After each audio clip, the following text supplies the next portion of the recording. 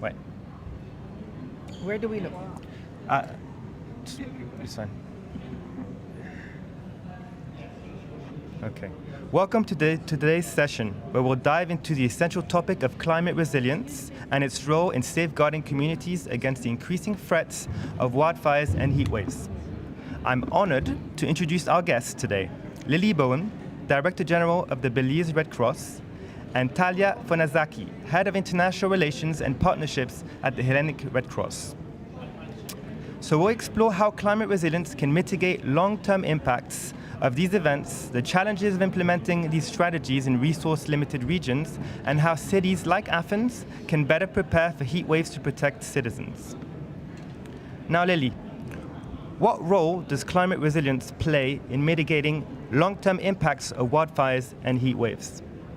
Thank you for your question. Good morning, everybody who's looking or who's watching, I should say.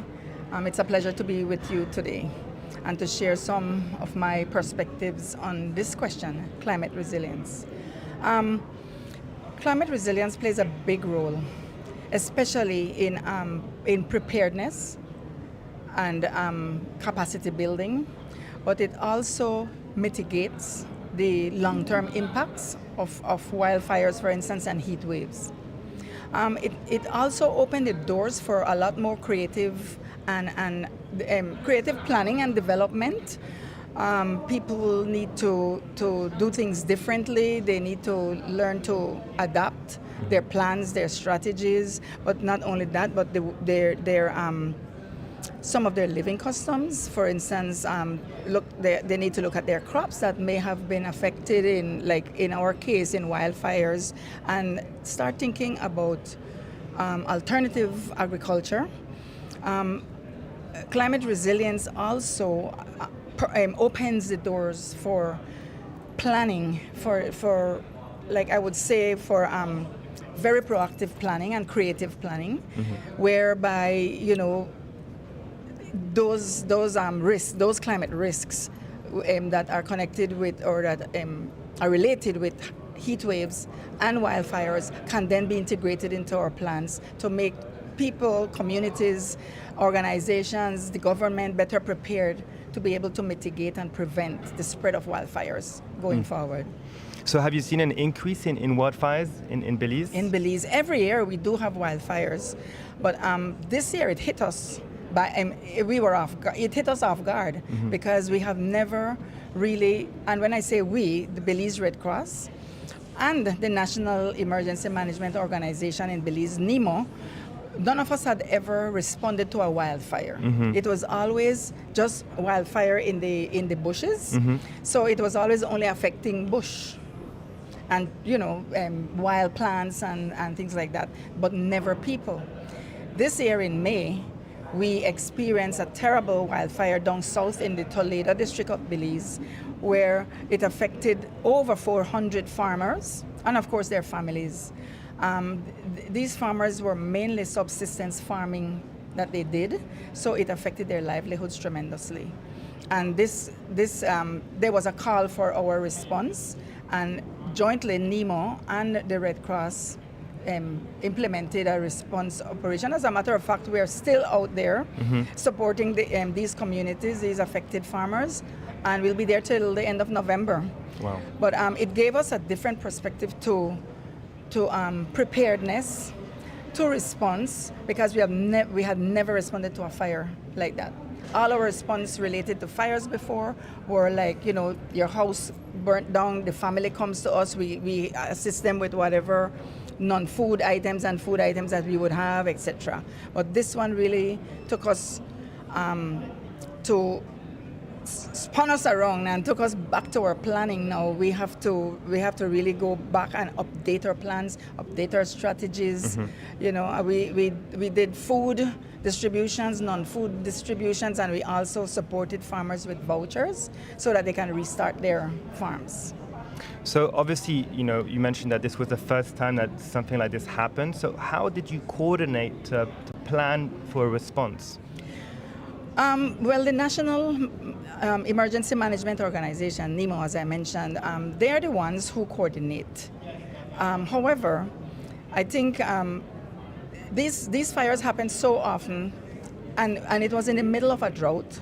So, water scarcity in the area, everything was like compounding the situation, and the fires got out of hand. So the community village chairpersons and so started reaching out, because it started reaching farms. I mean, actual subsistence farms, affecting livelihoods. And I think a couple houses got affected as well. So they NEMO reached out to the Red Cross, and we right away activated our teams, went out to do assessments. This was different though. We could not reach the affected communities because we're not professionals with fire. So that was left for the firefighters, the professional firefighters. But we also had a lot of community members that became firefighters just because they had to respond within their communities. And that's how we got there. We arranged with the village chairpersons and the alcaldes, because they're mostly indigenous, living in Toledo. And we arranged to meet with them. We conducted assessments going house to house, because the farms got affected, not necessarily the homes, except for a couple of them. But it affected their livelihoods. So that is why we became involved. So how many volunteers were on the ground? Not very many, because during the day it's very hard to get our volunteers moving, unless of course there's a massive hurricane or something and everything stops. But our volunteers work, so we could only work with who we had. So I think we had like a total of 37 in all, in the whole operation. And they did a wonderful job. I mean, I'm sure they learned so much, but our volunteers are always so excited to get out and support, with our operations. Okay. What would you say are the biggest challenges in implementing climate resilience strategies in your region? The first thing that pops into everybody's mind when that question would be asked is funding. There is funding scarcity right now among the humanitarian aid organizations. So I would say that is the first thing, that funding for climate resilience is not at the forefront of a country's priorities. And even within the communities prioritize food, healthcare, shelter before they think about putting in measures for climate resilience. Another thing is the lack of technical and professional knowledge or capacity. It's very, very expensive to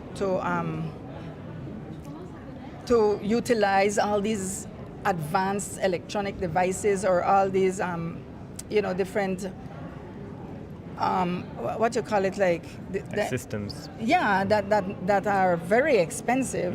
But not only that, you need the people to use them. Yeah. For instance, when you're talking about climate risks, you need to be able to have accurate data, and you need to be able to monitor, and that takes all these advanced technologies. We don't have the people to manage them, so it would be very expensive to bring them in. Another thing is, if you have a weak government, and there are not any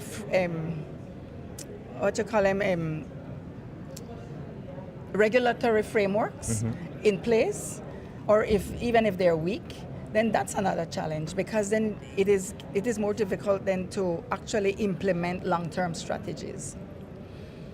And then I'd say the collection of data and the management of data. So what action would you say the global community should take to build resilience against this growing threat? They should invest more in climate resilience, definitely. They should invest more.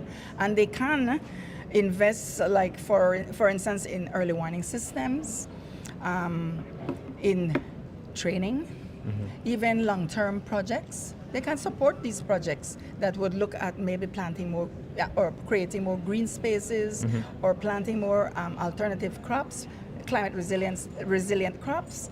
They can also help with technology, and of course with their knowledge sharing, experience sharing, and education in general. Lily, thank you very much. Sure. Talia, Can you tell us about the fires that have impacted Greece and how the Hellenic Red Cross has responded to them? Good morning. Thank you so much for having us here. It's an honor for the Hellenic Red Cross. So Greece is a small country, we can say, and is surrounded by sea. But in reality, we have many forests, and the last years we have severe wildfires, unfortunately. The Hellenic Red Cross has 82 branches around Greece. So all the time we support, we have this auxiliary role to the government during these emergencies. So the rescuers, they are trained to assist the fire brigade. So they are activated and they are inside, I can say in quotes, the fire. Mm-hmm. And also, in addition, the health division and also the social welfare sector, they also support the affected people. We provide first aid, psychosocial first aid, and also in-kind distribution, money transfer in case that is needed. The situation, unfortunately, is very bad. The climate change infects the country. We see temperatures that are growing in end of spring, beginning of summer. That is not like it was the previous years. How many volunteers were on the ground to help combat the flames? This is not an answer that you can have so easy, because we can have wildfires at the same time in five different places. Mm-hmm. For example, this year in August we had a big wildfire in Attica and came very close to Athens, which is the capital of the country. Mm-hmm. And at the same time it was in the island of Crete, in Rethymno, another big wildfire. But we can say that it's a time we have more than 150 volunteers on the ground. And you've mentioned the heat becoming more intense as the years pass. What kind of temperatures do we expect in Athens now during peak summer? 45 degrees, sometimes can be more. Athens is a big city, has a lot of buildings, not so many green around, so the heats are bigger and bigger every time. And how can large cities like Athens prepare better to heat waves to protect their citizens? The Hellenic Red Cross has two pillars, the prevention and the response. So now we have an agreement with the city of Athens, and we try to educate, to train the citizens to protect themselves during the heat waves. Mm-hmm. And when the heat wave strikes, we also have some activities, like we go around and we have water stations. We inform the citizens about their condition rooms. We also provide first aid. We have the bicycle teams that go around in case that someone needs any assistance. We also have some session online also for the environmental footprint and for everybody to have access to that. We also prepare instructions how to protect themselves, even the simple things like to wear a sunscreen. Mm-hmm. It's very important, or to wear the hat. Many times we're discussing and we say, no, but this is something that everybody knows. No, this is not true. Not everybody knows, and we have to protect the elderly and the small children. So there's all these programs, and when we talk, going back to wildfires, is there specific training that volunteers have to do to be able to go on the ground? Yes. We have a collaboration with the fire brigade, who they train our volunteers and staff to be able to, let's say, be like the firemen. Mm-hmm. So to protect themselves, we have all the equipment, the special helmets, the respiratory mask, the gloves, everything that we can protect ourselves and also to protect the ones affected. Talia, thank you very much. Any final words? Thank you so much for the time. Okay, great. Thank you very much, both of you. It was very insightful to have you both on the show. And thank you for everyone who's joined today. We hope to see you again this week. We'll be live all of the week. Have a good day. Thank you.